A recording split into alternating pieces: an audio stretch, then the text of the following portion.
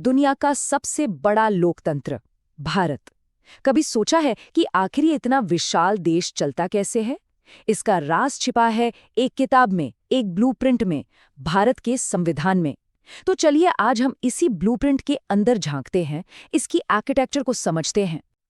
और कहानी शुरू होती है इस नंबर से, 395 से। ये कोई मामूली नंबर नहीं है, ये वो 395 आर्टिकल्स या कह लीजिए नियम हैं जो हमारे संविधान की बिल्कुल बुनियाद में थे। सोचिए, दुनिया के सबसे बड़े लिखित संविधान की शुरुआत यहीं से हुई थी।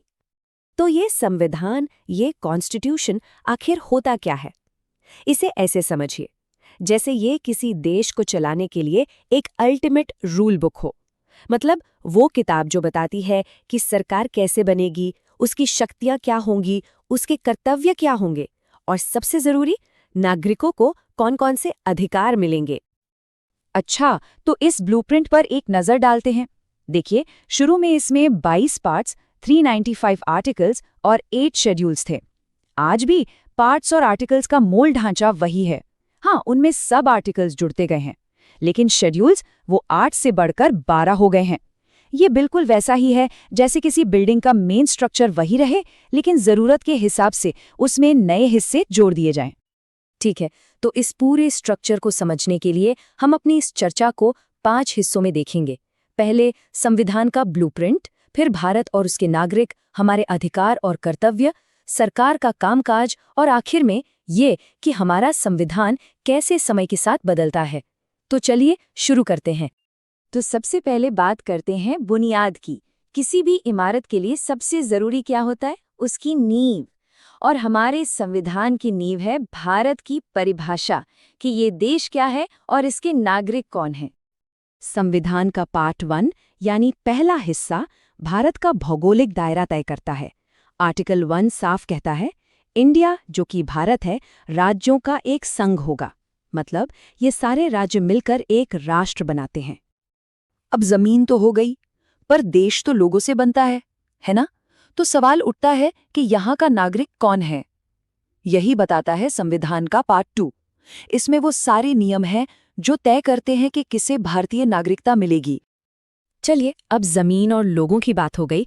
अब आते हैं इस ब्लूप्रिंट के सबसे जरूरी हिस्से पर, वो पिलर्स जो इस पूरी इमारत को थामे हुए हैं, यानी हमारे अधिकार और हमारे कर्तव्य। संविधान का पार्ट 3 बात करता है फंडामेंटल राइट्स यानी मौलिक अधिकारों की। ये सिर्फ कुछ कानून नहीं है, ये एक गारंटी है। समानता का अधिकार, आज़ादी का अधिकार, शोषण के खिलाफ अधिकार, ये सब वो वादे हैं जो संविधान हर नागरिक से करता है। और इन सब में से एक है article 21, right to life and personal liberty, यानी जीवन और व्यक्तिगत स्वतंत्रता का अधिकार। सोचिए, ये कितना फंडामेंटल है। हमारी ज्यादातर आज़ादियां इसी एक आर्टिकल की नींव पर टिकी हैं। लेकिन मान लीजिए अगर इन अधिकारों का हनन हो तो क्या होगा? यहीं पर आता है आर्टिकल 32, जो खुद में एक मौलिक अधिकार है। यह हमें सीधे सुप्रीम कोर्ट जाने की ताकत देता है। इसे अपने अधिकारों की रक्षा करने का अधिकार भी कह सकते हैं। कितना पावरफुल है ये। अच्छा, अधिकार तो मिल गए, लेकिन अधिकारों के साथ जिम्मेदारियां भी आती हैं, है ना? तो संविधान में पार्ट 4A बाद में जोड़ा गया, जिसमें 11 फंडामेंटल ड्यूटीज यानी मौलिक कर्तव्यों की बात है, जैसे संविधान का सम्मान करना, भाईचारे को बढ़ावा देना। ये हमें हमारी जिम्मेदारियां याद दिलाते हैं। तो नींव हो गई, पिलर्स भी हो गए। अब वक्त है इस इमारत के मशीनरी रूम में जाने का। मतलब ये देखने का कि सरकार जो इस पूरे सिस्टम को चलाती है वो आखिर काम कैसे करती है। देखिए, हमारा संविधान एक पैरेलल स्ट्रक्चर बनाता है। एक तरफ केंद्र सरकार यानी यूनियन गवर्नमेंट और दूसरी तरफ राज्य सरकारें। केंद्र में हेड है प्रेसिडेंट, तो राज्यों में गवर्नर। केंद्र में पार्लियामेंट है, तो राज्यों में विधानसभा। दोनों के काम बटे हुए हैं। अब अगर हम केंद्र की बात करें तो पार्ट 5 में 4 बड़े खिलाड़ी हैं। राष्ट्रपति जो देश के हेड हैं, पार्लियामेंट जो कानून बनाती है, प्रधानमंत्री और उनकी काउंसिल ऑफ मिनिस्टर्स जो सरकार चलाते हैं, और सुप्रीम कोर्ट जो न्याय का सबसे बड़ा मंदिर है। इन सबके बीच शक्तियों का संतुलन ही लोकतंत्र की खूबसूरती है। पर क्या कोई ब्लूप्रिंट हमेशा के लिए परफेक्ट हो सकता है? नहीं। इसीलिए हमारे संविधान की सबसे बड़ी खूबी है कि ये एक लिविंग डॉक्यूमेंट है।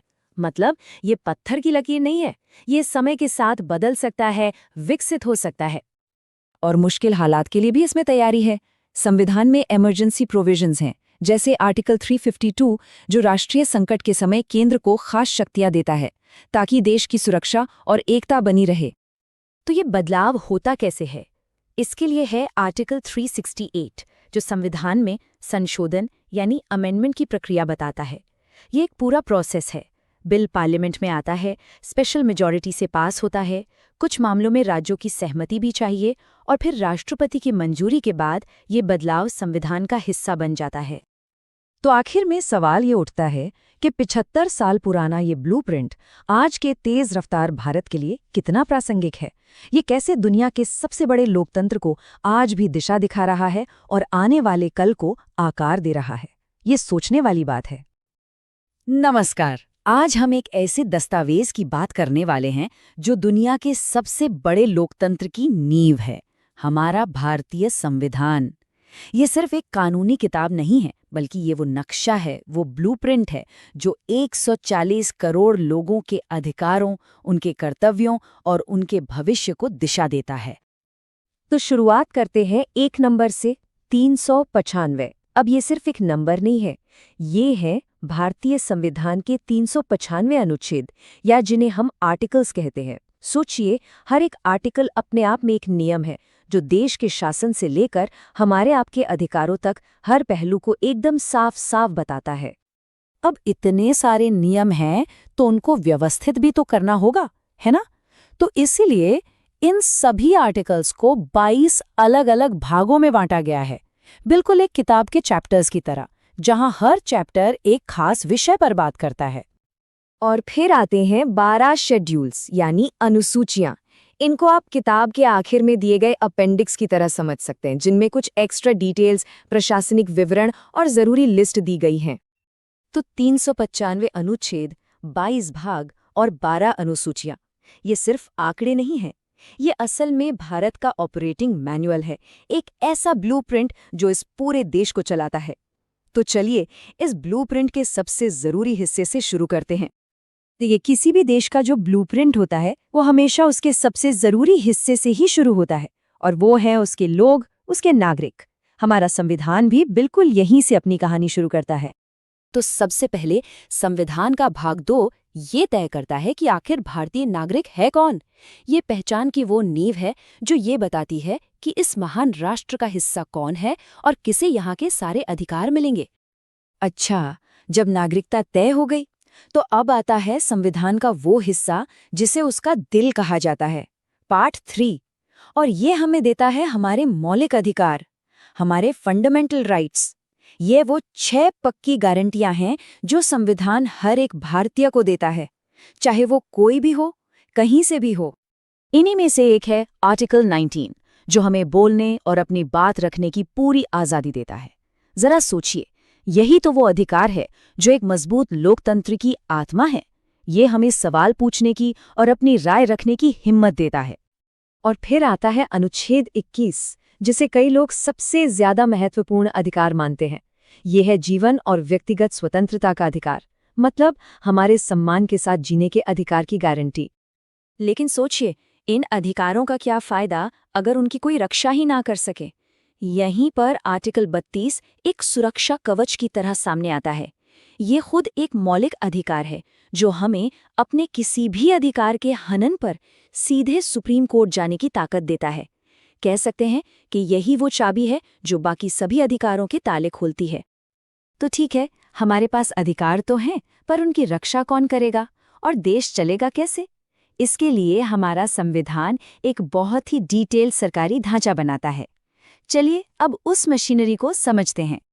अब देखिए, भारत इतना बड़ा और विविध देश है, तो इसे चलाने के लिए संविधान ने एक संघीय ढांचा बनाया, जहां शक्तियां केंद्र और राज्यों के बीच बटी होती हैं। और यहाँ एक बहुत दिलचस्प समानता दिखती है। जैसे केंद्र में राष्ट्रपति और संसद हैं, ठीक वैसे ही राज्यों में राज्यपाल और विधानमंडल हैं। ये जो दोहरा ढांचा है ना, यही सुनिश्चित करता है कि शासन जमीनी स्तर तक, हर कोने तक पहुंचे। सरकार के 2 पिलर्स, कार्यपालिका और विधायिका के बाद अब हम बात करेंगे लोकतंत्र के तीसरे और बेहद जरूरी स्तंभ की।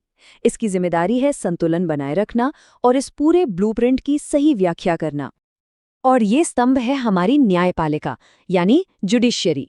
इसका काम एक रेफरी की तरह है, ये देखना कि सरकार और नागरिक दोनों ही संविधान के नियमों के हिसाब से चले। यही हमारे ब्लूप्रिंट की अंतिम व्याख्याकार और संरक्षक है। भारत की न्याय व्यवस्था एक पिरामिड की तरह बनी हुई है। सबसे नीचे जिला अदालतें हैं, जहां ज्यादातर मामले शुरू होते हैं। उनके फैसलों को हाई कोर्ट में चुनौती दी जा सकती है।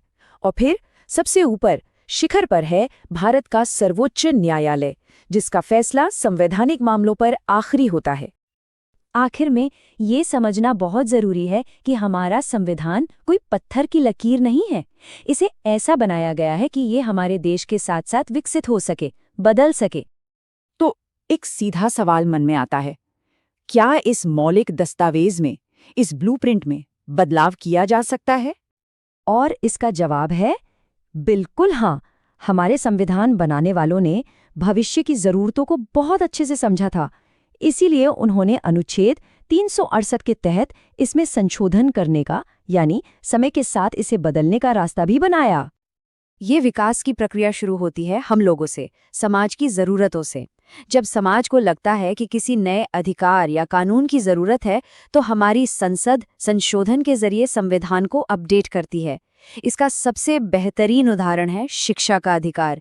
इसे बाद में अनुच्छेद 21A के तौर पर जोड़ा गया, ताकि हर बच्चे के लिए ये एक मौलिक अधिकार बन सके। तो अंत में एक सवाल के साथ इसे छोड़ते हैं कि क्या ये संविधान है जो हम नागरिकों को शक्ति देता है, या फिर हम इस देश के नागरिक हैं जो मिलकर इस संविधान को शक्ति देते हैं? इस पर सोचिएगा जरूर।